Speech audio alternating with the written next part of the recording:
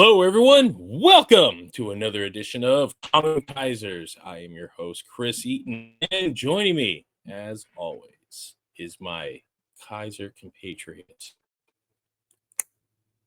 That's the longest intro you've done in season 7. Where are we on now? Anyway, this is Arian. Welcome. Good morning. Good morning. Yes. Oh, a rare morning. We're actually like awake and alert, and with a strong internet connection for once.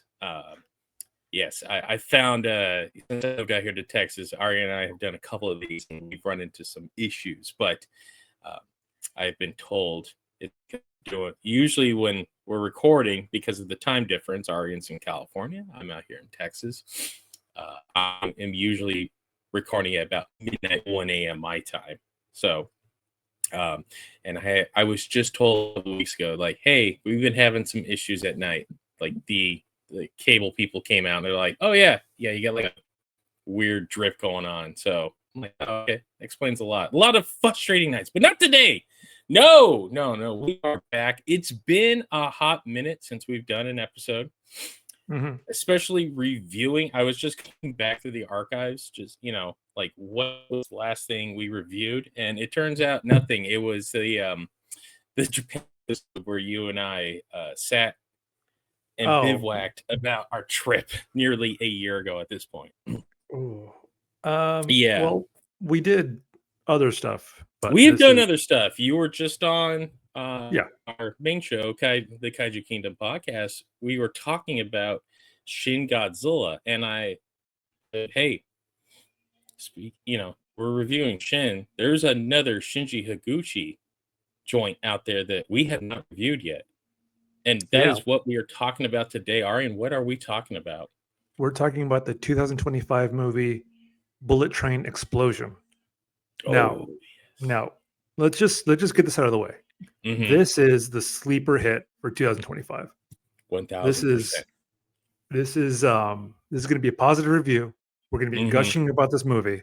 There's a lot to talk about, but also, I mean, there's a lot to talk about, but not a lot to talk about. That's the beauty of this movie. Yes. Like that's the simplicity and wonder and magic of cinema and what Shinji Higuchi can do. Yes. So this is apropos because about about 2.5 weeks ago, Shin Godzilla was re-released in theaters across the United States to a magnificent number. I think it quadrupled its initial U.S. run from like that little. I haven't seen the final numbers, but it looks like it did way more this time than it originally did. 1000%. And I part of it is that G Kids is a bigger distributor, at least at this point, than Funimation was back in 2016. It also is the fact that there was a little movie called Godzilla -1 came out like 2 years ago that really got the world into Japanese Godzilla movies again. So, and it's August. Normally not the time of the year when there's a lot of offerings at the cinemas. So there was a lot of people kind of going like, is that a new Godzilla movie? No, it's not. It's nearly 10 years old. But for the first time ever, like a lot of people got to see Shin Godzilla. Crazy. So, yeah. And it was kind of wild that weekend after you and I recorded, just perusing social media, seeing how many people for the first time had seen Shin Godzilla on the big screen. It was a reminder when it came out, like how niche like Godzilla still was, and the works of Hideki Anno and Shinji Higuchi. I love seeing people post their like ticket stubs or now showing pictures at the theater and them bringing their little toys or whatever. I think that kind of excitement rubs off on people, and I hope that it continues on. And I hope that seeing how well this did as a re-release, hopefully we get something cool for Godzilla Day. I'm hoping that too. I mean, this will be the first year in 2 years. I'm actually excited for Godzilla Day. I mean, as we're talking, actually October 4th in LA, there will be a screening at Beyond Fest of the 4K restoration of one of my absolute favorite Godzilla movies, Godzilla Final Wars. Does it kill you? Does it kill you that you're not going to be here for that? Yeah, a little bit. It does. I knew that when I moved out here to Texas, I knew there would be certain things that I would be missing out on. Yes, it's a little disappointing, but it is what it is. I made my bed. I am sleeping in it. But I mean, I was there at the premiere back in 2004. So I have seen it on the big screen. I saw it opening night, if you will. But I kind of want to see what this 4K looks like, because that DVD release that Sony put out kind of looks like muddled garbage. Fingers crossed we get the 4K for Godzilla Day this year. That's what I'm assuming they're probably going to do if they're debuting it here at Beyond Fest. That, like, okay, this is going to be the Godzilla Day showing, and it's probably the best one to do it, because I mean, Final Wars, say what you will, it's kind of the Star Wars prequels of the later Godzilla movies. Like, Arian's rolling his eyes, but he knows what I'm talking about. The older generation does not like that movie, but I mean, when I was at G-Fest last year, they showed Final Wars. I was going to go to that screening. By the time I went to go get my tickets, completely sold out. And the view I saw from that screening was wild. And it was all kids. It was all like 20-something-year-olds, because that was their introduction. That's their Destroy All Monsters, if you will. I thought you meant like actual kids, but okay. But yes, kids. More kids. I mean, I was standing in line to get my SF figure, and there's like 4, maybe like 18-year-olds in front of me, and I'm like, yeah, look at you rapscallions. And they were just waxing poetic about Final Wars. And I'm like, yes, this film has found... Are we that guard now? Are we that are we like the unks in the fandom? Are we like I think we are. I think we are. We are the Dios, if you will. Man. Yeah. Feels good. Yeah. Feels good. Yeah. It feels good to like not, because I know there's a certain part of the fandom that holds like 54 to 68 as like sacred. Like you cannot touch that. And I'm really glad that we're of the generation where it's like, yeah, dude, Ebera versus Hedorah, let's go. Yes. No, I mean, look, I was 20 years old when Final Wars came out at that screening. And again, a bright-eyed, full of wonder, young Chris walked into that thing, the biggest Kitamura fan on the face of the planet, worshipped the ground that man walked on at that age. And it was exactly everything that I wanted. And at that time, we were coming off the Millennium films, which were would you say a mixed bag of entries? When the Millennium stuff came out, I was all in, because this is new Godzilla, right? Mm-hmm. But I haven't seen Kiryu or Tokyo SOS, and they're not the ones that I put on. See, me too. Everyone gives me crap because I have to. The first Kiro movie is probably my least favorite Godzilla movie. It's not that I don't hate it. Sure. I don't hate it, but it's one like when I watched it, I'm like, oh, there was a lot, much like the Millennium and Heisei films. I'm like, you have a lot of really cool ideas here. You just didn't have the budget to pull them off. Like the idea of like building Mechagodzilla around the Godzilla skeleton. You're like, that's a cool idea. Yeah. But you didn't do a lot with it. Like it's a standard procedural Godzilla movie. And then, and before that we had GMK, which you're like, whoa, you can do something with it. Like this is a very different feel. So when Final Wars came around, I'm like, this doesn't look like a standard Godzilla movie. This doesn't feel like a standard Godzilla movie. This is a Shonen Jump movie. Yeah. That I can't believe that they made. Oh.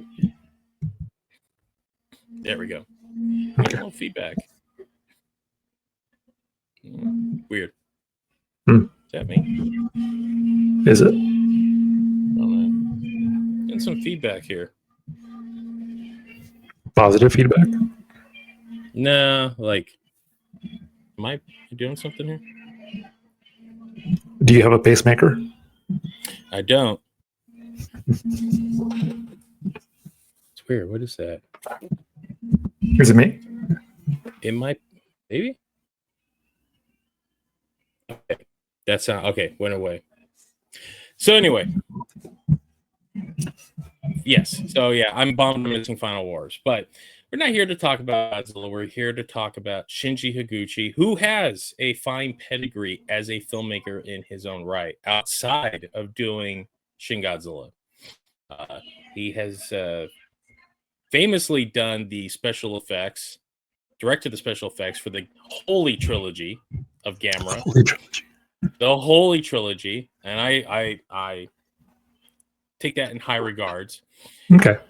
He was I believe, storyboarder on Neon Genesis, worked at Gainax, is close friends with Hideki Anno, but he's also directed a few films in his own right. He directed The Sinking of Japan back in 2006, which was a big budget movie for Japan at the time. Yep. And most outside of Godzilla, he's done the Attack on Titan movies, which I like. Same. I like those movies. Same. Yeah. Again, I know anime fans were like, "Why does it look like that?" I'm like, "It's a Japanese movie. They don't make $100 million movies. They make $10 million movies because that's what you're going to get out of it." It's $10 million and like the power of friendship. That's how they make the movies. It's probably the most apt explanation that you can get. So yes, so I'm an adamant defender of those Attack on Titan movies. They are not the manga. I get it, but at the time they made them, they were nowhere near being close to finish. So they kind of had to make their own thing. And even the creators were like, even we were like not sure where the hell we were going with this story yet. So when they were like, we're going to do a 2-part movie, just kind of do your own thing. Explain to some weebs out here that they're like, well, half the characters are American. I'm like, yeah, but it's a Japanese movie. It's Japanese audience. Supposed to be American?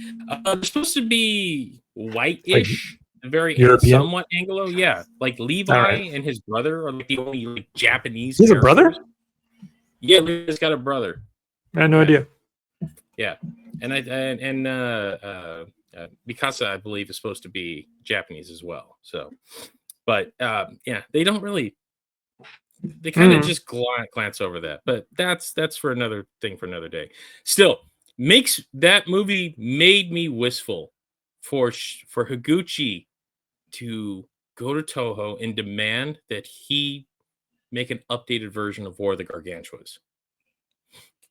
After watching the Armor Titan and Aaron Titan fight, I'm like, he 1000% can do a War of the Gargantuas movie, and I want it to be a violent, like, brawl, like how he did this whole fight sequence, because that's one of my absolute favorite like Toku moments ever. Like, I sat in theaters watching. I'm like, give this man all the money. Let him do some of the weirder deep cuts Toho stuff. So, I think that if you're going to remake War of the Gargantuas, Toho being Toho, I think they're going to demand that you do Frankenstein Conquers the World first, and then you can do. I have been, which would be interesting. Look, like an updated. I would say this, much like this movie that we're about to talk about, which is a sequel to a nearly 50-year-old movie at this point. Actually, it is. I think it is 50 years old. Yeah. It is a 50-year-old movie. Don't ignore the previous two films. Bring those two films together and give us Frankenstein and the Gargantuas together. Have father versus sons. Go full biblical with it. Just beyond the Cain and Abel parable that War of the Gargantuas has. Like, really go deep. You can go nutty with that. But I digress. We're talking about bullet trains. Arian, yes. You've been to Japan. We've been to Japan. Train. Yes, we have. I think that's like on the bingo card on every show that we do. Mention that we've been to Japan. Rub it into those who have never been. You know what I mean? Yes. Yeah. So bullet trains are crazy. Bullet trains, like seeing them in person is cool. It's very. Have you gone on the? Of course you have. Yeah. Yeah. I much like a hobo. I rode them on my last trip. I was on that train probably about a dozen times. Tokyo to It's Osaka, Osaka to Fukuoka, uh, Yokohama to Sukugawa. Like, yeah, I was up and down that country on those things. the way I can describe bullet trains for those who don't know anything about bullet trains or just are unfamiliar with the concept. It's like going from LA to San Francisco in 3 hours, which Yeah, would normally take an 8 hour drive. Now it yeah, takes 3 hours.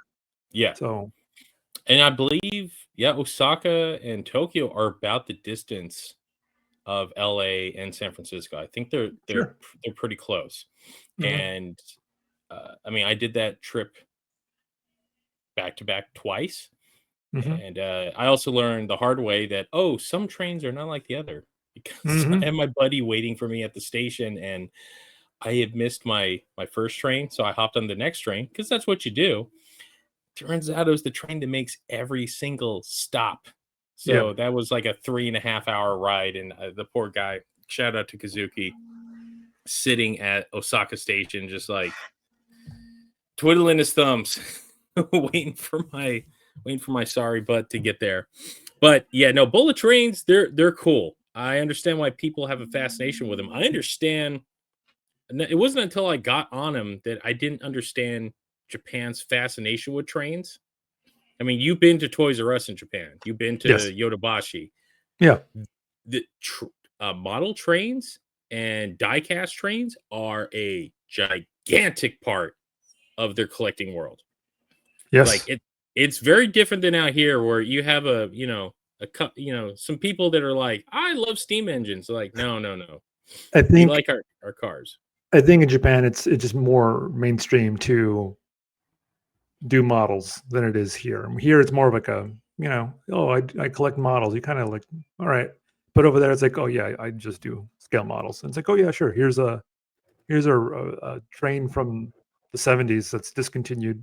You can build it Hmm. for Halloween or whatever, or Christmas. Yeah. Halloween. But yeah, no, look, they're great. They are a bit pricey to ride. I'm not talking about the models. I'm talking about the actual train. The trains are awesome. It's kind of like riding in a plane that you don't have to buckle in.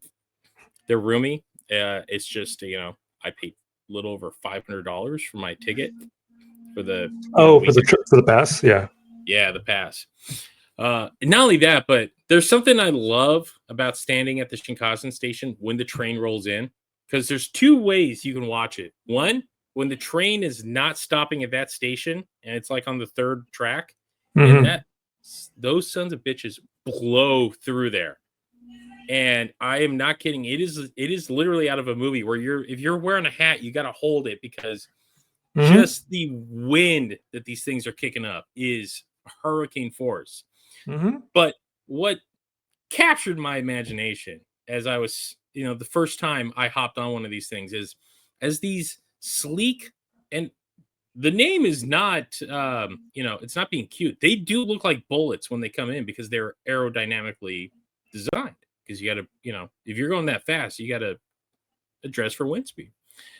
The conductor hangs his head out the window, pulling in like a boss with his hand, holding onto his hand on the lever, just slightly pulling in. Like the efficiency that the Japanese run their trains with is phenomenal, and it's very quaint and old timey. Yes. Yes. It's very not theatrical, but it's very like I don't know exactly old timey. If you That's just very traditional, I guess. It looks very cool. It Weirdly. very much is, and so this movie, this came out what, March? I believe April, March. March, May, spring. Yeah.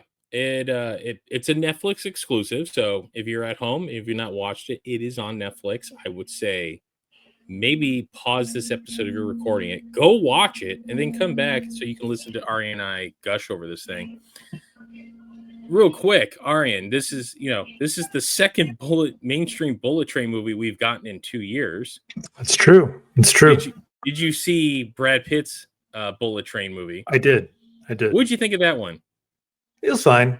It's fine. It's fine. It's not like, oh my god, but it's fine. It's a fun cartoony movie, right? That's a very good way of putting it. A cartoony, yes. It's colorful. It's David Leitch. It's different. David Leitch, who co-directed the first John Wick and has made. That's a great way of putting it, actually. Yeah, John Wick on a train. Yeah, I mean this style. Yeah, this style of film's his bread and butter. I mean, Atomic Blonde, the Fast and Furious spinoff, Deadpool 2. Like, what you're going to get with a David Leitch movie. And that's exactly what we got. We got Brad Pitt being Brad Pitt, a lot of weird cameos popping up, and a lot of very cartoonish assassins. Again, very John Wicky on a bullet train. So, when I think of that movie, I don't think of Brad Pitt. I think of Aaron Taylor Johnson and what's his other name? Brian T. Henry. Yeah, those guys took the movie. Brian T. Henry kind of steals the show in that with talking about, are you an engine or are you a caboose? Doing that whole, soliloquy thing. And his weird, like, kind of fake British accent. I don't actually. Oh, he's not British?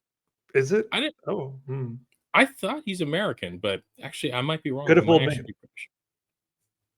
So, but this one though, if you want the Bullet Train, the authentic Bullet Train experience, you want to sit down and watch this movie because it literally opens.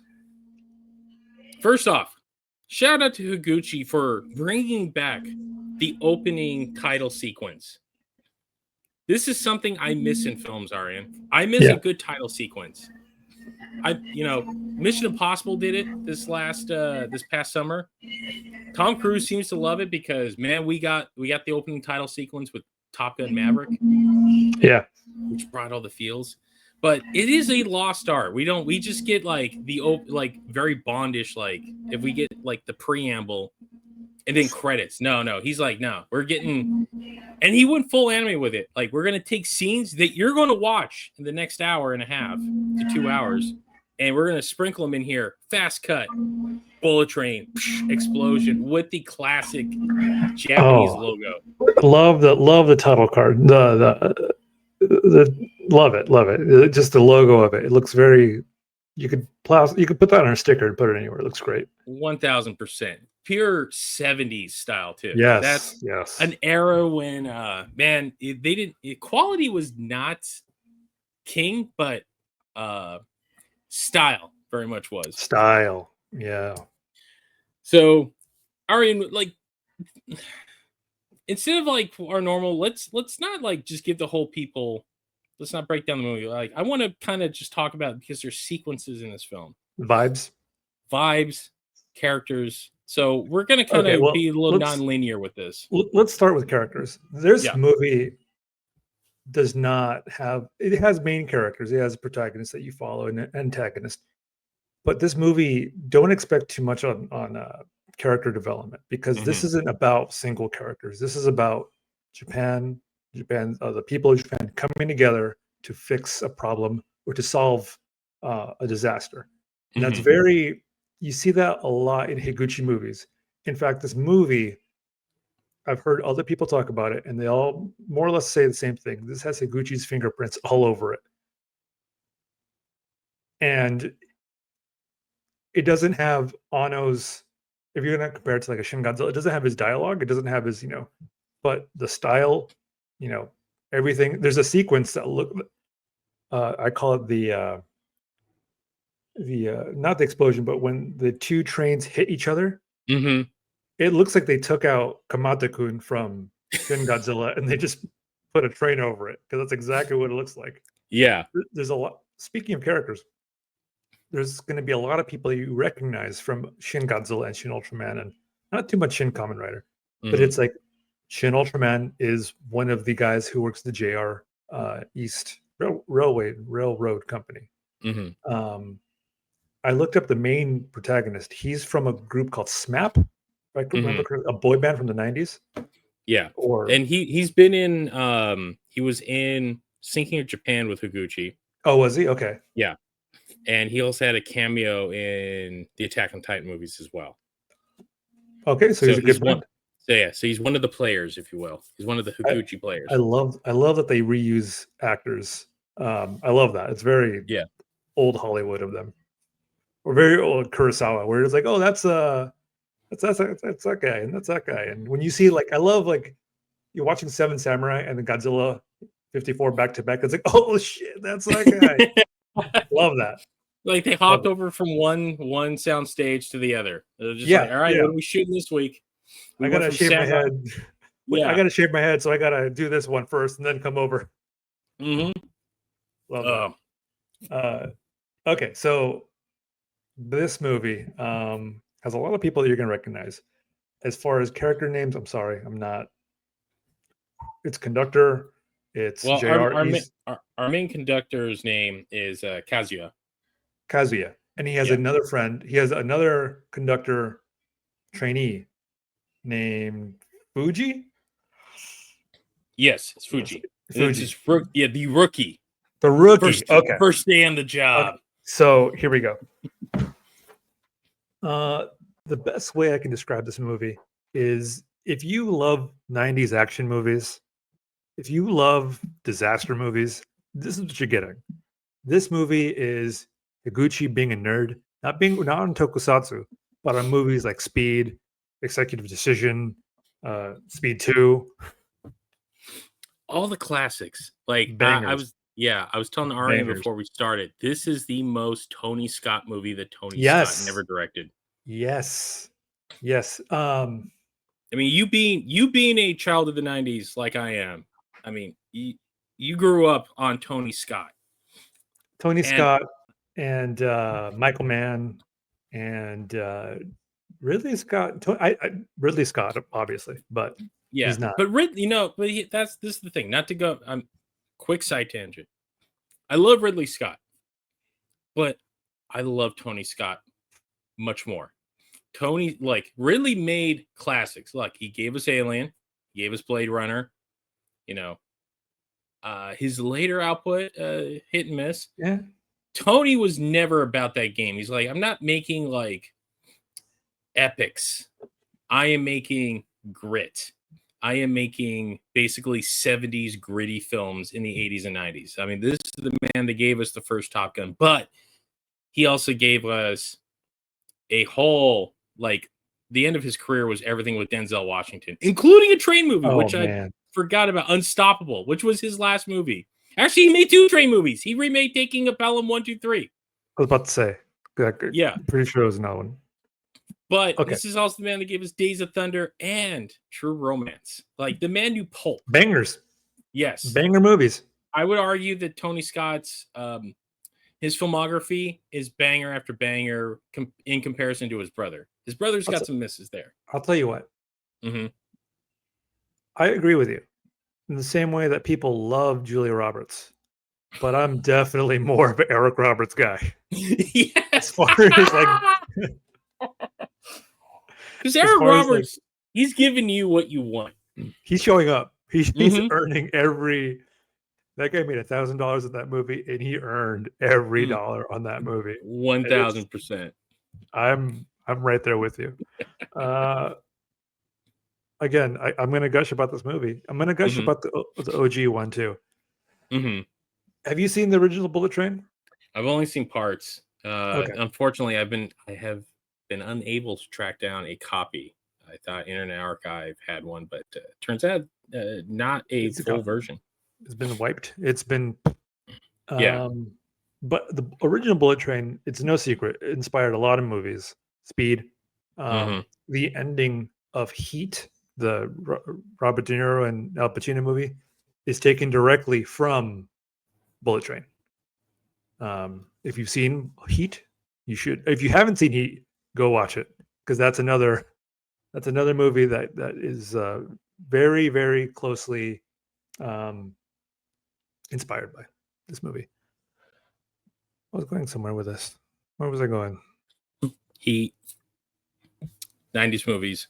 90s movies. This Yeah. movie is a tribute to all this, even down to the product placement, which we'll get to. I don't want to spoil it. Yeah, we'll see that for the end. Okay, so this movie starts. Where do I go from here? Okay, so it is the classic 90s setup. Yeah. After the opening Rookie. credits. Okay, sorry. Yes, you're right. The rookie on the job. His mentor is Obi-Wan. There's our main character. Mm-hmm. And by the way, no nonsense. No. A man that takes his job seriously. They ask him point blank, why did you want to be a conductor? Why not a pilot? Why not something? Because he loves his job. He finds satisfaction in getting people to where they need to go. Like, man, this guy.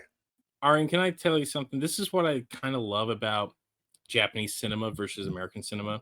American, a lot of them, it's like, like Dave McCrocken hates his job until one day, a group of bank robbers, and it's like, you're the janitor and you got to save the day. Like, oh, it turns out you're finding the job that you hate, like you're actually really good at, versus Japanese films and media in general. Like, no, you take pride in your job. Doesn't matter how small or insignificant it is. You are good, and you know that in order for the machine to work, yes, the cog must be well oiled. You know this what? Is yeah. Go ahead. If you're a, you're not just a janitor. You're a custodial engineer. You take pride in your job, and I like very that. much so. I like very much the so. smallest, even if it's an elevator conductor, or even if you're the guy. Dude, they just made a whole movie about a guy who cleans toilets. Have you seen it? That's the one that got. Yeah, that's the one that got nominated for the Oscar out here, right? I hope it did. It was Wonderful Days, Beautiful Days. Yeah. Something like that. Great movie. And that guy, very much like this conductor, takes his job seriously and has a whole ritual. He does and everything. Make sure everything's on time. He has got his watch, his analog watch, by the way. Yes. That's super cool. Which, again, Arian, I don't know. We've mentioned this to people. We've been to Japan. Have we? That's crazy. Yes. And I have actually observed this. I'm not trying to speak for the Japanese people as an American who's been over there, just watching the day-to-day life, like watching the said janitor come in, clean the bathroom, make sure it's spick and span. Like, everybody that was doing their job was very efficient and adamant about their position. Like, and of course, there's people always want more, but like, here's what I'm doing now, and I will do it to the best that I can. There was no one belly aching. They were like, no, this is what I do, and I will do it good. Yep. You leave whatever it is you have at home, which is a lot easier said than done. And you come in and you make sure that you do your single job, whatever job that you have. Even the McDonald's there, everyone is like, the cheese is placed on exactly. You get exactly 50 fries. You get exactly, it's like crazy. But it's cool. It's very cool. Just like this movie. It's very cool. I know we're going to be talking. I feel like this whole conversation is just us talking about Japan all over again. I'd be like, yeah, dude, this is great. But why haven't you gone to Japan? Oh, you should go to Japan. Hey, did you know we've been to Japan? Hey, have you heard that Chris has been to Japan? That's crazy, dog. That's what my brother tells everyone now.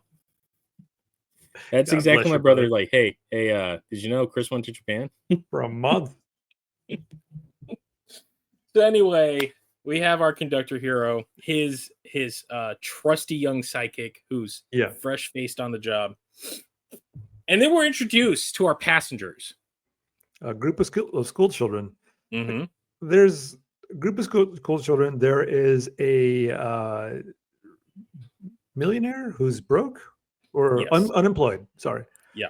And then there's a politician who just got off a scandal. Yep. There is a helicopter pilot. A sketchy helicopter pilot. Right? What? A sketchy helicopter. A disgraced helicopter pilot. Yes. And those are the people that you more or less. Am I missing somebody else? I think that's it. Those are the because we're gonna when we get down to the main. Oh, and as part of the crew, we have our conductor. Yes. Yes, you have your conductor, and then later on we'll meet the people at the JR station who apparently this is a real JR. Like everything here is obviously they didn't blow up a whole Shinkansen. Yeah. Obviously they didn't cause destruction, but apparently like they use real bullet trains, real tracks, real stations, which is looks spectacular. Again, as I brought up Top Gun Maverick earlier. Yeah, when you're there. Yes. And you have the real things, it makes it look so much better. Like Shinji Higuchi does not get the credit I think he deserves for how he shoots his films. Because I look, say what you will about like Attack on Titan, and they look amazing. They look fantastic. Shin Ultraman, I've argued might even look a little bit better than Shin Godzilla in many aspects, mainly because Shinji isn't using Anno's 9,000 quick cuts.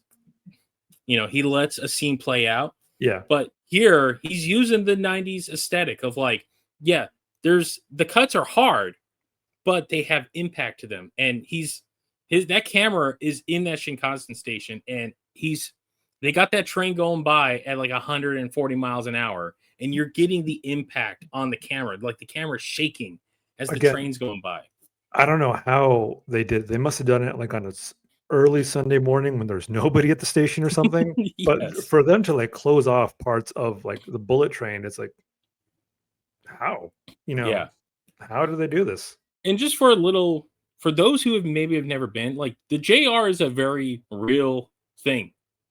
Like that is, they didn't make up like some agency. Like that's when you go into Tokyo and Osaka and half Japan, it's the Japan Rail. They are the biggest rail company out there in Japan. So the fact that they're like, yeah, you want to make a movie about a terrorist taking over a bullet train? Yeah, we got you, man. Like, what do you need? It's like, I need, give me like 10 days and about 8 trains. And let's go to some stations, and you guys turn those things as far as they can go. Imagine the best comparison I can make here is like, imagine if they just shut down the freeway and made a movie on the freeway and used real cars and real buses, and just in I don't know, in New York. Give me like in LA. That's a great way to they just shut down LA freeways and made a movie on the freeway. Like imagine how much chaos and traffic and how crazy that would be. I don't know how they did it, but absolutely insane. I mean, that's what Speed did, but Speed had at the time, for those not in the LA area, when Speed was being filmed, they were building a freeway called the 105. So that was going to connect LA County, like the beginning of LA County, to LAX. It was going to be the alternate freeway to break up the traffic. So as they were filming, they're like, hey, we have a movie about a bus that can't slow down. We need a long stretch of highway. Oh, we have about 18 miles, 20 miles nearly built, but we're not done. They're like, okay, we know how to end this. We're going to drive that bus off the still under construction portion of this freeway. Crazy. So, I can't think of a better comparison or a closer comparison, a real one-to-one. I know in The Matrix Reloaded, they built a freeway in Australia, but that's about, I can't think of any other one. No, I mean, I'm pretty sure there's others, but yeah, Speed is the best example because they did shoot it out in LA. That was like, we're there. Like, this is an LA movie and we're shooting in LA. Banger.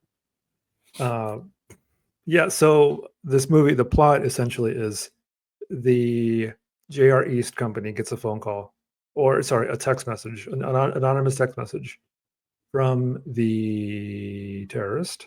And they say, hey, there's a bomb on the train. And if it goes below 100 kilometers an hour, can you do the math on that real quick? What's 100 kilometers an hour in American? Miles per hour? Cheeseburgers per football field? 62 miles. 62 miles. So that's still hauling. Yeah. That's hauling ass. That's essentially the speed limit here on freeways.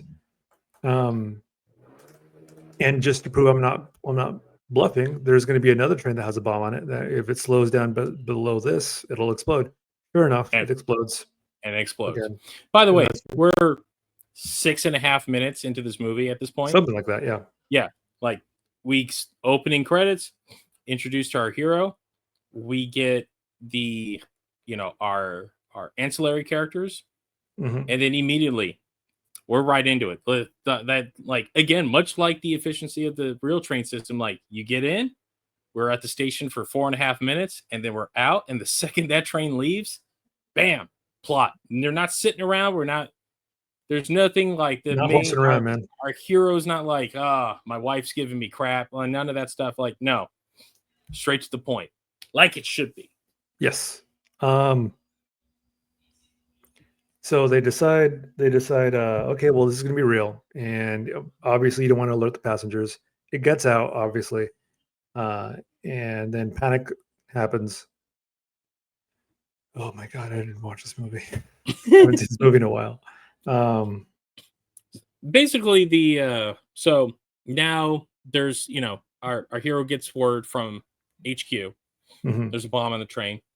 Lets the conductor know, or not the driver, and basically said, "Hey, don't let anybody, no, we don't freak out. Yeah, don't freak out." But of course, it gets out. Yes. Now everyone on the train. There's like 300 people on this mile-long train, but we're kind of focused on 2 cars at this point. There's kind of scenes that stick out. There's like this whole bit about this, going back to this millionaire who's unemployed, kind of does some sketchy things and kind of like brings up like, oh, we should have a GoFundMe, a live GoFundMe to pay off the ransom. Yeah, because the ransom's like 100 million yen or something crazy like that. Yeah, but there's a specific instruction made by the terrorist that says they need the people of Japan to pay it, not the government. Yeah, right. So he sets up this whole thing. There's a little bit of like, this guy's kind of sketchy. Like he's probably going to keep the money. It's weird, right? And then they go off with that. They do. JRE's company decides like, okay, we're gonna come up with this plan, but in between here and there are scenes where the train cannot stop, so it's rushing through stations. Again, you get that scene where it collides or hits another car. Yes, and that's slightly Again, this is it's in a more or less urban area. There's some parts of rural Japan that it goes through, but it's going through cities. It's not like, this is in the middle of the country or whatever. No, this is on its way to Tokyo. So you get to see a lot of the country that way. That being said, because it's in urban areas, there's not a whole lot that they can do. It's not like they can, stop the train, or they have to come up with different ways of slowing down the train, getting the train moving, finding alternate routes. Just like speed, what can we do to keep it going? They come up with this plan with a second car to come up behind it or next to it and transfer people over. So they figure, okay, well, the bomb's not going to be on all the cars, so let's decouple and then get people off. That happens. For the most part, most of the people get off, right? Except for our core people that we're following.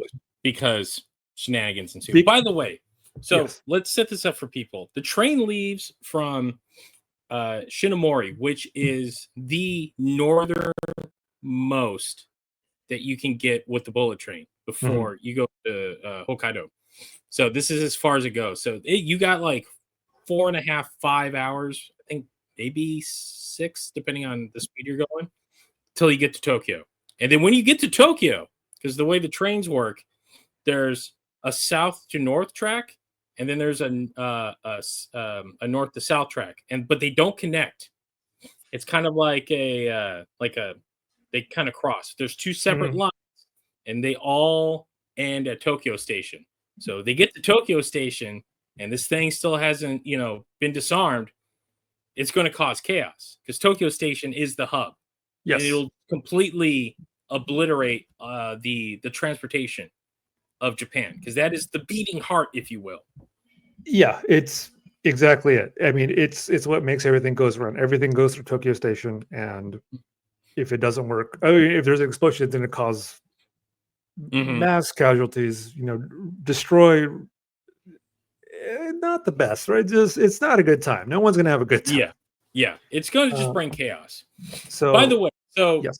At this point, we also have the police in on it. Yes, they're investigating it, and this is where this film really shows what it is, and it reveals, hey, this is a direct sequel. Yes, to the original film. Because early on, they start pulling some files, and they're like, This happened before, right? Yeah, this is almost like the 1975 incident." And they're like, "Is there anybody still around from that?" Oh, yes, there is. Yes, that's going to play a big part later on. So we find that again, it's been a little while since I've seen this movie, but spoiler alert, one of the people who's left on the train is one of the school children, who ends up being the terrorist. Yes. Now, one of the terrorists. Why the there's mastermind, two? Though. Yeah. Yes. So there's two terrorists. There's this. Do you have a name? I had it. The name of the girl. Yeah. It's a girl, by the way. Yes. So, hold on. I have my notes here on my phone. Thank you for keeping notes. Great pod, I know. This is her name is crap. It's a problem with I made a ton of notes.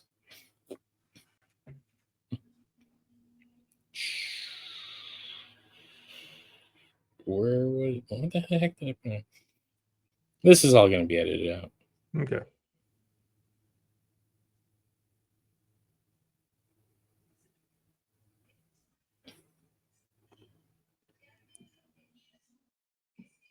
Onodera. Onodera is a girl's name. Yes. Okay, so it's Onodera. We find out that she is one of the people still left on the train, on the remainder of the train. She gets left behind, like the rest of her classmates who are this whole sequence, which is straight out of Speed. Yeah. By the way, Higuchi using model trains to lay out the battle plan, I absolutely love, because he shoots it in such a way, and I'm like, I've never seen toys look so dynamic in my entire life. Like the camera's like hard on these things, and as the people running the JR are explaining to the cops, like, we're going to take a second train, and then we're going to run it up to the back end, and we're going to couple it up, and we're just going to get everyone on to this separate train. That way we can decouple, and we can blow up the train with the bombs on it, because the bullet train's like 15 cars long. Something like that. Yeah. So we'll get everyone on the train that doesn't have a bomb, and then we can decouple, and as we get enough space, then we can just, as it slows down, either nature will take its course and it'll explode, or we can derail it and prevent it, hopefully in a slightly less populated area, and but problem solved. But because this is a 90s disaster movie, yes, there's it's not a smooth ride. There's damage to the back of the train, so not everybody can get off at the same time. So they have to decouple it. Fuji, the assistant, gets injured in the process, and is essentially out for most of the movie. He's impaled, right? Yes, he gets he gets impaled in the initial. So what happens is, so there's a sequence. So they realize, hey, we have to manually decouple this section of the train, because there'll be a secondary line that will connect. So we can send this train, the non-bomb train, to couple up with it. But we don't have any engineers that know how to do this stuff. But there is one. There's an old man on the train who, browbeaten, stands up and says, I can do it. I know how to do this. And he gets his moment. They're like, well, you need the tools. The tools are not on the train. So there's this whole Speed-esque sequence where they're running another bullet train against our main bullet train, and they shoot a grappling hook over into one of the cars. Amazing. Sending tools over and another dude to help this guy out. By the way, we don't know who this guy. He just shows up in the middle of the movie, and that's kind of the whole part of the movie where it's like he's just a passenger on the train. He's just a guy. He does his job, gets people off, and moves on. So, but it's this sequence where everyone's getting on. So the plan essentially works. So they decouple the back end of the train. They get the new train to couple up, and they start getting everyone off.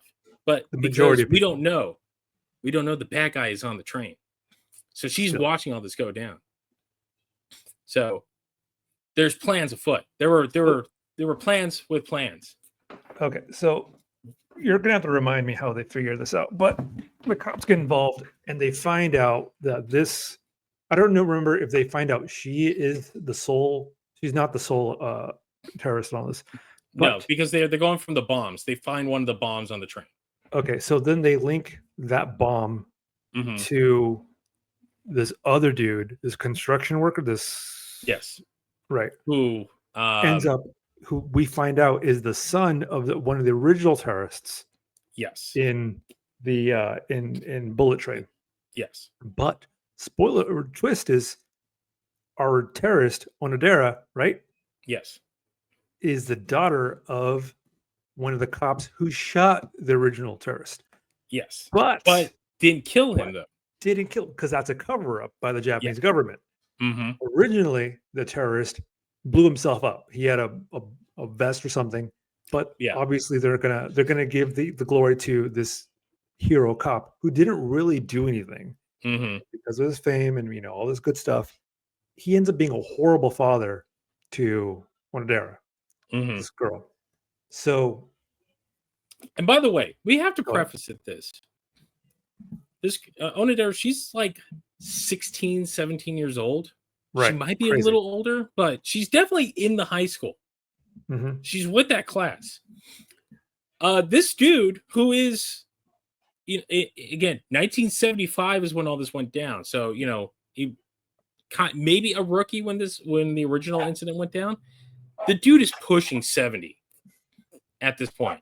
So you have this is the only time I really question anything. I'm like, this old MFer has a 16-year-old daughter? It is what it is, man. It is what it is.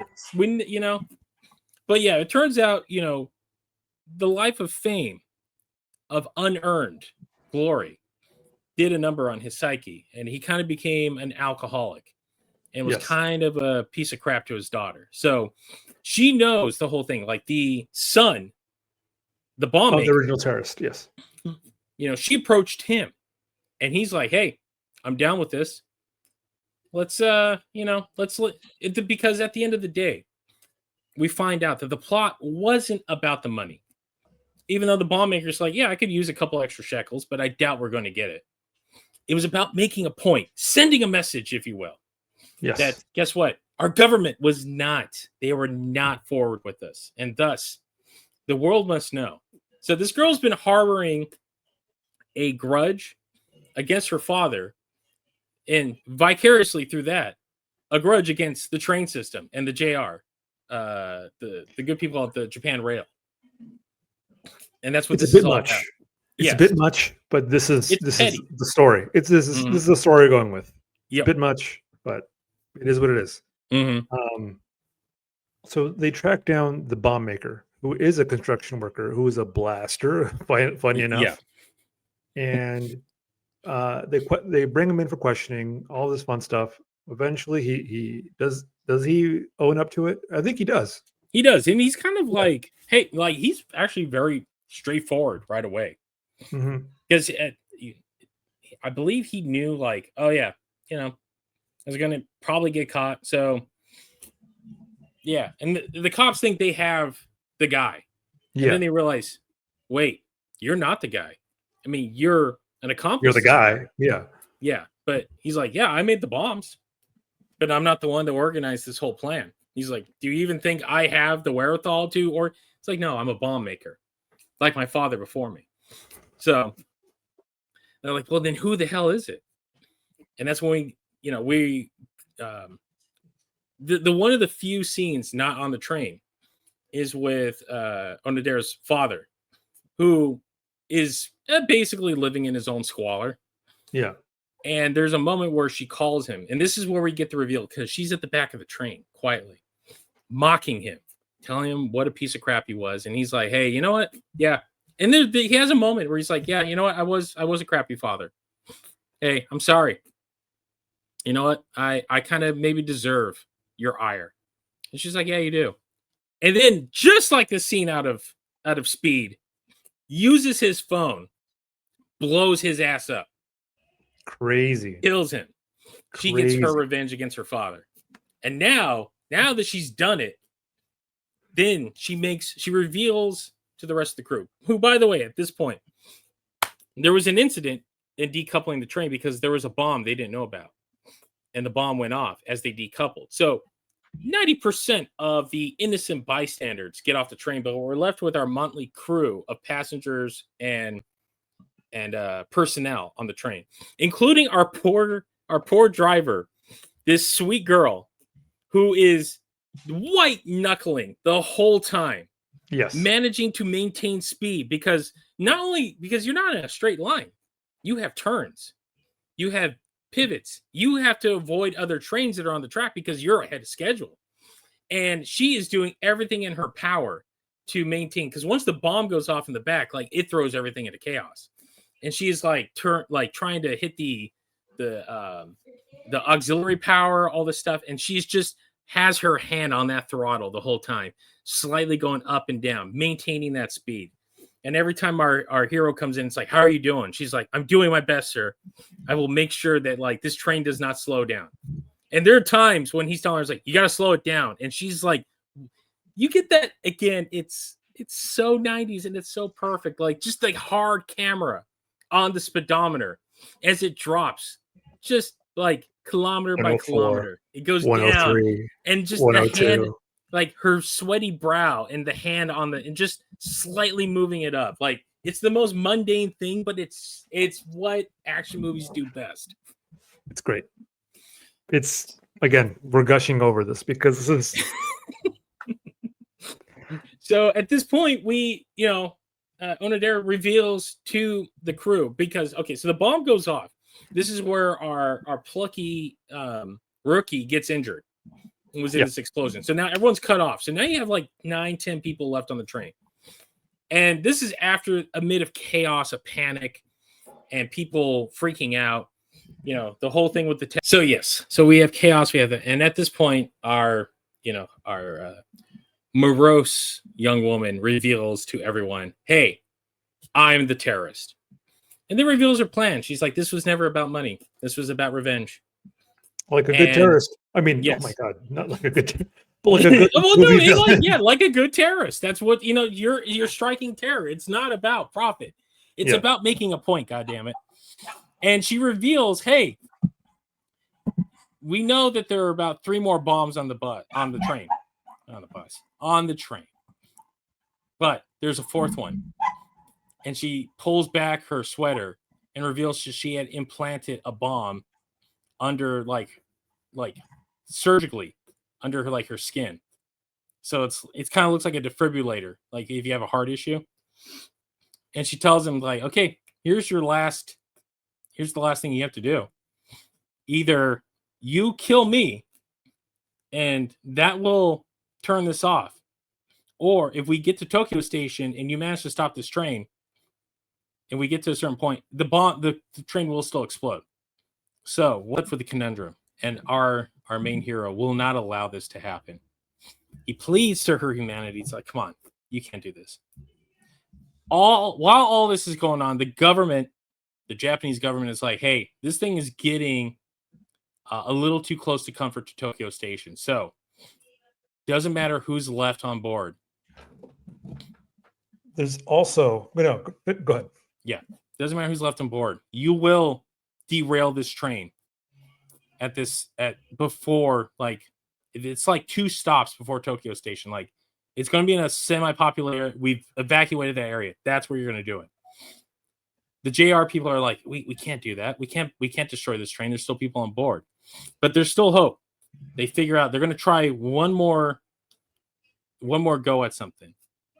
So they build a barrier to slow the train down.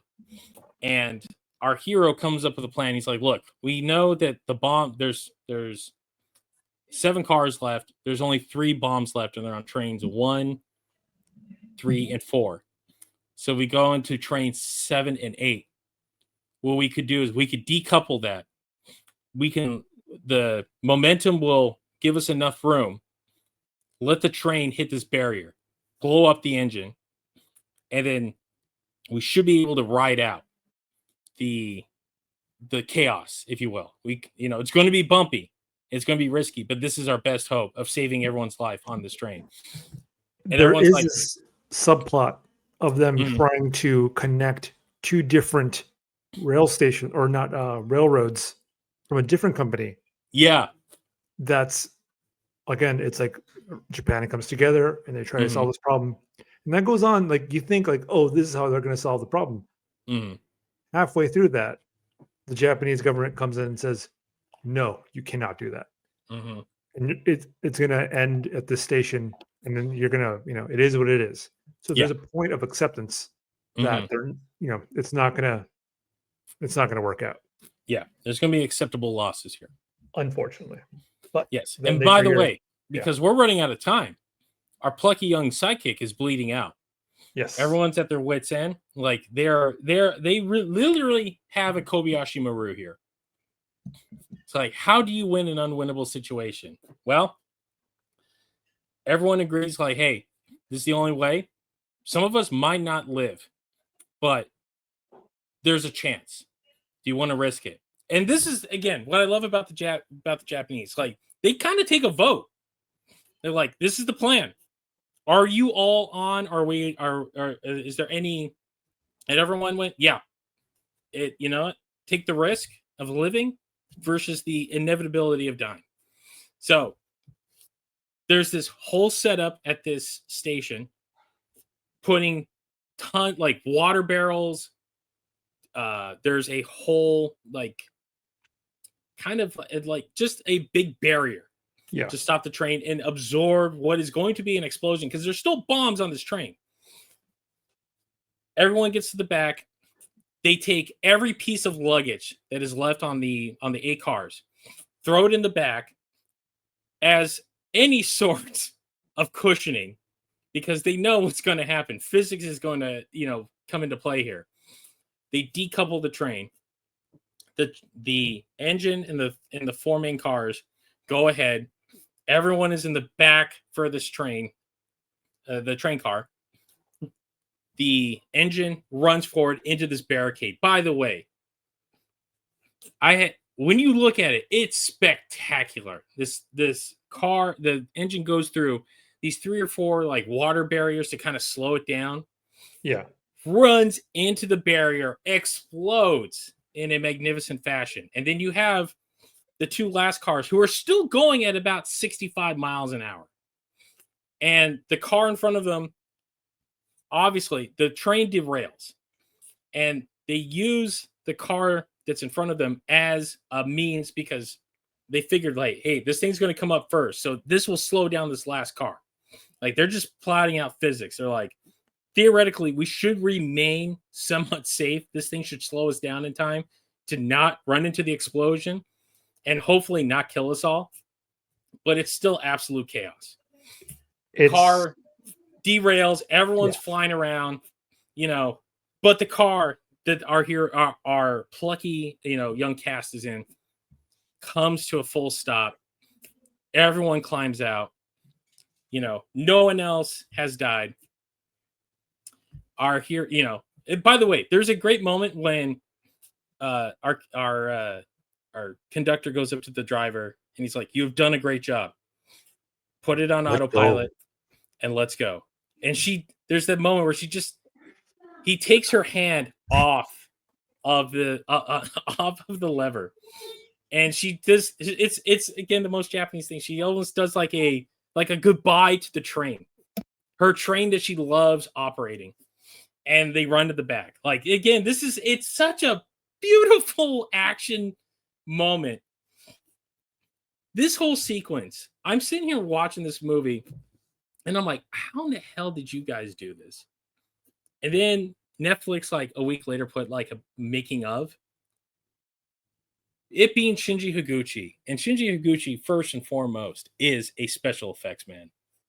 I don't think that's any secret. Arian, do you know how he did the sequence? Model trains, right? Model freaking trains, and he shot it so beautifully. I could not tell the damn difference. This is where I'm like, okay, we need models back in movies big time. Yeah. Yeah. Look, I said this when I rewatched the 98 Godzilla movie.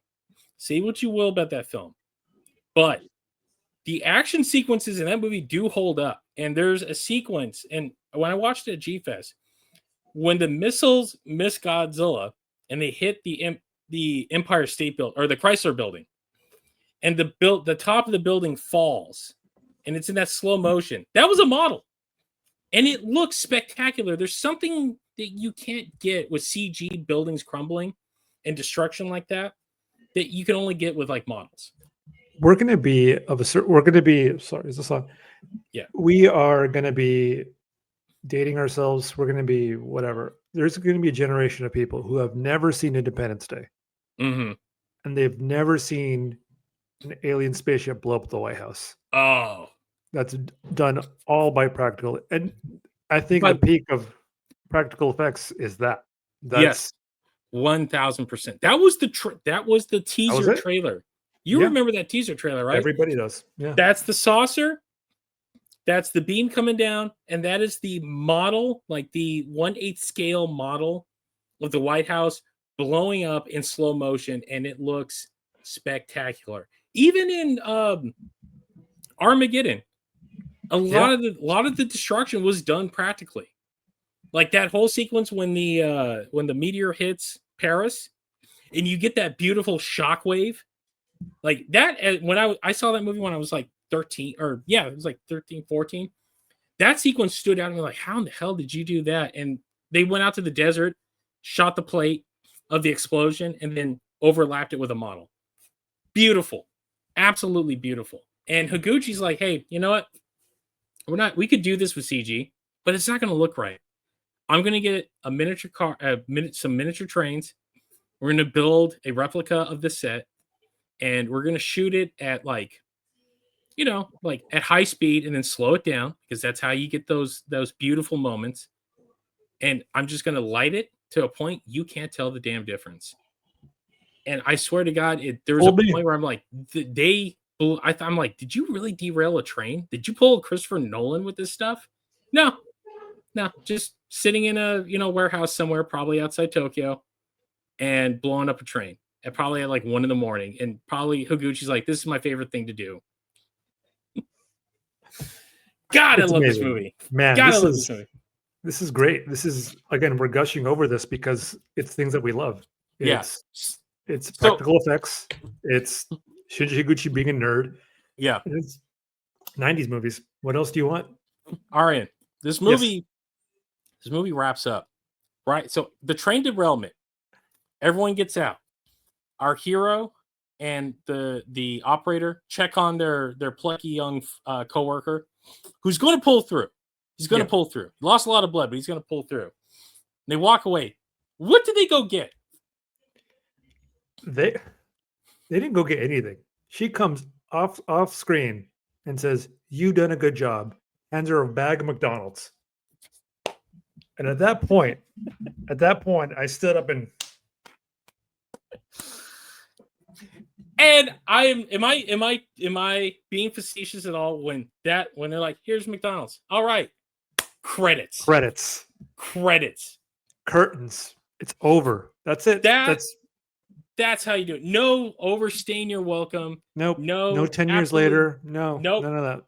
Nothing. No follow up. No, like, hey, this girl's going to do, 20 to life for this whole terrorist plot. Like, none of it. Nope. Credits. Like, McDonald's. Hey, guess what? We all work together.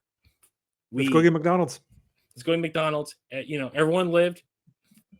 There were redemptions. There were explosions. That's it. You had a ride. You had a 2-hour and 17-minute ride. By the way, this movie doesn't really feel 2 hours and 17 minutes, does it? Does it? Was it 2 hours? Wow. It felt It's like 2 an hour hours and a and half. 17 minutes. Yeah. With full credits, by the way. So, Wow.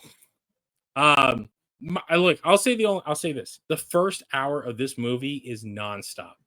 Like, it does not let up. It doesn't let up in the way that Shin Godzilla doesn't let up with the talking. You know, how Anno structured that movie. Like, it's like an Aaron Sorkin movie, like talking. But the way he cuts it, like everyone just says their dialogue to the camera, and then cuts. So it's always moving. Where Higuchi is like, no, I'm not a big dialogue guy. We're moving action. And you're cutting between the JR station, the police, and what's going on in the train. And at no point are you ever lost at what's going on. Like, he has like 4 or 5 grand sequences. And then about after the decoupling, when we have to actually kind of move the plot along a little bit, like, okay, what's this all about? Who's doing this and everything? I would say this is the only low point for me in the movie is like, we have to get all this stuff out of the way. So there's like a good 30 minutes where like there's no action going on. We have plot development, and then we get to the final maybe 40 minutes where all of this takes place. The whole plot, everything, like the government's not going to help. You know, let's derail the hell of the train and let's ride it out. I don't think we talked enough about the JR East characters. One of them, obviously, being if you watch these movies, you know Shin Ultraman. It's the main character. It's Shin Ultraman. Yeah. But a lot of what they do, a lot of the action comes through them, and they're in coordination with the conductor and Fuji and everything. And it's kind of there's no one hero character. There are a lot of hero characters, and they all come together to fix this problem. Get McDonald's. Again, this was get over that. Yeah, this was something like I was for those listening and maybe watching before we sat down. I was telling Arian, like, again, I love this staple because last summer I finally watched Gal Geiger all the way through. King of the Braves, Gal Geiger, one of the best Braves, the anime, yes, and that has a robust cast of characters. You know, it is a mech show, but it's a bureaucratic mech show where the bureaucracy works. Like, it really shows like everyone in that group that operates this giant robot has a specific job to do, and they all do it well, and they're all very adamant that they do their best, because if one person fails, the whole operation of fighting giant monsters and saving the planet could absolutely fall apart at any given time. And that show really focuses on that. They're like, it doesn't matter how minor the character, they all play their role, and they all play their role to the best of their ability. There's no proverbial heel turn. No one is like, when is it going to be my time? Like, no, they're like, I push the button to launch the mechs. I push, I do like, I am, I'm the guy coordinating with the pilot. Like, that's all that stuff. Like, everything works and everyone does their job and they're very good at it. That's what this movie really hammers down. And I love it to death. There's an optimism to this movie that you don't really see in films anymore. Like, I kind of want that optimism to be brought back. Like, our heroes are the heroes. Our villains are the villains. Our villain is, she's doing terrible things, but it's for petty revenge. It's, but she has a reason for doing what she's doing. And she's not like purely evil, but I sometimes I just kind of want an evil bad guy back. I want a Hans Gruber here and there, because you're escaping into cinema, and you need those kind of things every now and then. This is a fun ride. Absolutely. I am. Fun ride. Look, I have bemoaned this streaming era because there was a point where I thought, man, we could see some great stuff, because now you're not beholden to box office. Like, you can really do some experimental stuff. That was my hope maybe about 9 years ago, when streaming was really starting to build up. That has not come to fruition for me. Like, streaming, I think the flower is off the rose, if you will. And, there's a lot of money being dumped into certain projects, which to this day, I'm still like, I don't know how you guys are going to make your money back on this when you're charging $14.99 a month that you can watch over and over again. Like some of the stuff is big budget. This is like a mid-budget action movie that would have been out in the 90s. That would have been like $40 million. I think it's maybe a $9 million movie from Japan, maybe 7. So, Netflix is like, yeah, we'll pay for that if you can give us this. But every once in a while, we get something like a Bullettrain where I'm like, yeah, if this was released here in the States, it probably would have gone on, under the radar, and it would have been something on deep cable that people would have discovered. Yeah. But Netflix is like, no, you know what? We like Japanese cinema. We want to work with Higuchi. He wants to make this Bullettrain movie. Yeah, let's give him like $8 million, and that could turn things around. Now, was it a big hit? I don't know. I looked. I couldn't find anything. That's the problem with streaming. They don't release numbers. You know where it is a big hit? Right here. Yes. Right there. Oh, but I'm so happy this thing exists. And I'm hoping that anybody's watching this really sits down to look. If you love tokusatsu, like this is kind of what the show is. It's tokusatsu adjacent, a lot of stuff. And that's kind of what this is. Like this is a old school action movie, a very 90s action movie with elements of it because you're using them. There's a lot of miniature work in here that I didn't realize was going on. Again, I don't know if we've talked about how much we love everything going on in this. The only thing that this movie doesn't have is a giant monster running around or some crazy experimental, dude. Yeah. But everything here checks off all of our boxes. If it checks off our boxes, it's going to check off your boxes too. So, if you love action movies, this is up your alley. Like this is a great old school, and I hate the fact that a 90s movie is now old school, but we are 30 years out. So I know checking the old pulse there. I was shaving the other day. I had a gray hair. I was growing gray hairs. I'm like, we're you got a gray hair. Yeah, Yeah, no, I've gone mostly gray since I was 35. You're going full Reed Richards now. I am. Yeah, I am. Oh, time. She's a fickle mistress. But yeah, thanks for coming to Unk Talk. Yeah, basically. So do whatever you can. Go log on to Netflix. Go watch this because this is such a beautiful movie. It will probably be in my top 5 of the year. Oh, yeah, 1,000%. Sleeper hit of the year. Yeah, 1,000%. There's a few movies left that I'm really waiting to see. The 2 that are on the top of my list right now are Guillermo del Toro's Frankenstein. Yep. Also Netflix. But it's actually getting a theatrical release too. Oh, good. Yeah, and Smashing Machine.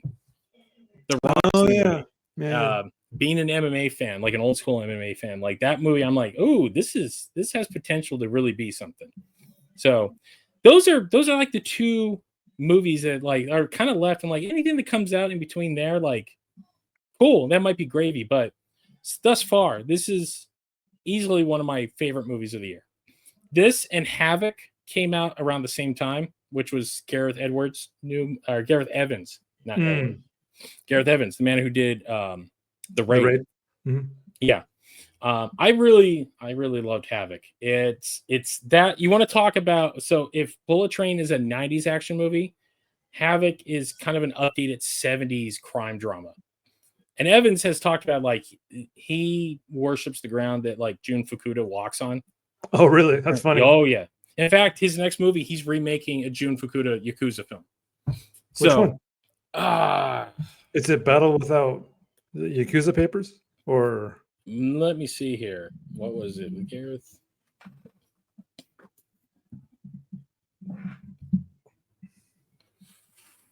He is A Cult Is My Passport. Okay, haven't seen that one. Yeah. So it's a kind of a more of a deep cuts one. But I've listened to this man talk, and yeah, the man loves Asian cinema. He loves Hong Kong. He loves Japanese cinema. I mean, if you watch The Raid 2, like he got who was the controller Planet X. Yeah, I know who you're talking about from Final Wars. Kazuki Kitamura? No, Kazu. No. Not Taksakaguchi. No, I'll tell you right now. Neko Samurai, right? That guy. Yes, it was. Kazuki Kitamura. He was the Yakuza boss in the Raid 2. Which I love the Raid 2, but I don't love it as much as the Raid 1. Raid 2 is very much his godfather to, his Heat, if you will. So, I just love that, people are making these movies and it's getting like some newer film buffs going like, oh, hey, maybe we should go back and revisit some of these things because there's a lot of great cinema that's buried out there that a lot of people have never watched. And that's why we do this podcast. Yes. Because I love this stuff. I was looking up other people talk about this movie, and there's really not a whole lot of people. There's a lot of people talking or showing clips of Bullettrain, but not or of bullet trains actually, but not a whole lot of people talk about this movie. So which is a damn shame. Yeah, this is a fantastic movie. This is a great movie. Sleeper hit of the year. I don't know. I can't. When was the last time we gushed this hard over a movie? Gush this hard? Yeah. Probably either Rats or Seventh Curse. I still love that you went. I can't believe you never watched that movie, and when I introduced it to you, like you just went apeshit over it. It was, man. It's amazing, isn't it? Yes, it's it's everything you want. It is a kitchen sink movie. It is Evil Dead. So if you're listening to this, you're like, what the hell are they talking about? Go back to our archives and find our review of The Seventh Curse. And then 88 Films and I think Vinegar Syndrome released their version out here on Blu-ray, which I have sitting right there ready to watch again. Do watch that movie. It is bonkers. It's Indiana Jones meets Evil Dead. That's the best way I can describe that. That's a great way of putting it. Yeah. So let's wrap this up. Yep. We're pushing about 90 minutes. Arian, I think by the time we get to our next episode, you're a baseball fan, right? Huge baseball fan. Well, and to remind the people, who's your team? Padres, San Diego boy. Mm-hmm. So I'm proposing for the playoff season, which is next month. Yes. Should we do Battlefield Baseball? Yes. All right. Yes. Done. Done. So tune in to our next episode. We're gonna watch Battlefield Baseball. Maybe do we do that with maybe a doubleheader of Deadball, or do we just do Battlefield? Deadball, the spiritual sequel. Let's do Battlefield Baseball. And then we can do one thing at a time. By the time we'll probably get into like unnecessary roughness from the 90s. At this point, we're gonna watch Little Giants with Rick Moranis and Ed. Excuse me. How about one of the greatest baseball movies of all time, Rookie of the Year? Oh, buddy, that's a weird way of saying a major league. Look, just a real quick thing. I did a podcast one time with our old horror writer from my old site, and he called. I went over to his place in suburb of LA, and so I showed up. They're in the middle. He's like, "Come on in." It's a condo. Mm-hmm. I roll in. There's a group of people sitting there. So there's he took one of his guest rooms and turned it into a podcast studio.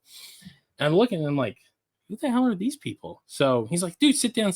We're in the middle of a break. So I sit down. I'm sitting next to this dude. I'm like, I know you. But where do I know you from? So they're promoting this new horror film.